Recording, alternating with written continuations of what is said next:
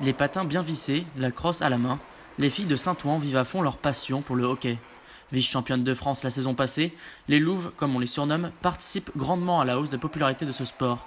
Malgré son image violente, le hockey séduit de plus en plus de jeunes filles, un signe encourageant que l'on doit en partie à la Fédération française de hockey sur glace, pour Franck Albertini, coach de l'équipe féminine. La fédération organise des sessions spécifiques de découverte du hockey féminin pour les petites filles, pour que celles-ci s'inscrivent au hockey féminin, ce qui n'existait pas auparavant.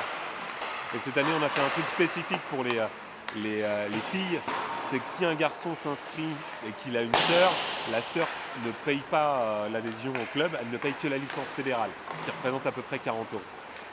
Un coup faible, mais pas encore suffisant pour attirer du monde. Au mois de septembre dernier, la section féminine du club recherchait activement des filles de moins de 15 ans, intéressées pour compléter leur équipe. Sous-médiatisé, le hockey sur glace doit s'appuyer sur un plus grand investissement des grands clubs français pour continuer son développement. Que tous les clubs de hockey masculins qui possèdent une équipe inscrite en championnat inscrivent forcément une équipe féminine, ce qui n'est pas le cas aujourd'hui. Donc des clubs comme Rouen n'ont pas d'équipe féminine alors qu'ils sont champions de France.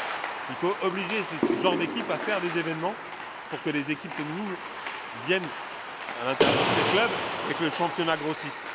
Mais si on commençait à mettre soit des pénalités pour les clubs qui n'ont pas d'équipe féminine, je pense que les clubs de la Ligue Saxo feraient un effort pour inscrire des féminines.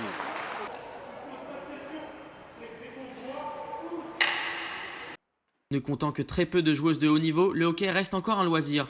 Mais pour professionnaliser la discipline, la fédération peut s'appuyer sur un budget de 5,4 millions d'euros, soit 2 fois plus qu'en 2006.